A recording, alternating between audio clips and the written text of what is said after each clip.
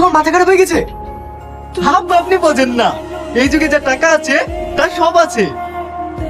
কিন্তু দেখেন আব্বা, আমার শালীরা যা দেখতে, একবার যদি বাজার করে নেয় তাহলে আর ঠেকাই কে?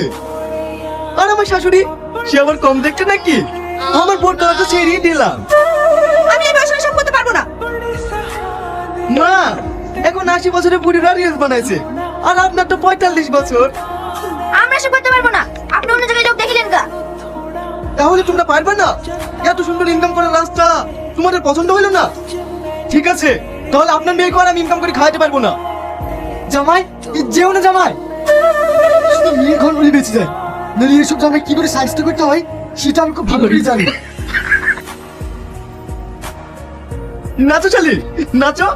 না দূরে যেও না, আমি ডাক্তার গোলাপি হলি দিবানা, তোরে ভাবুক মনেতে চলিস নিজে চলেতে।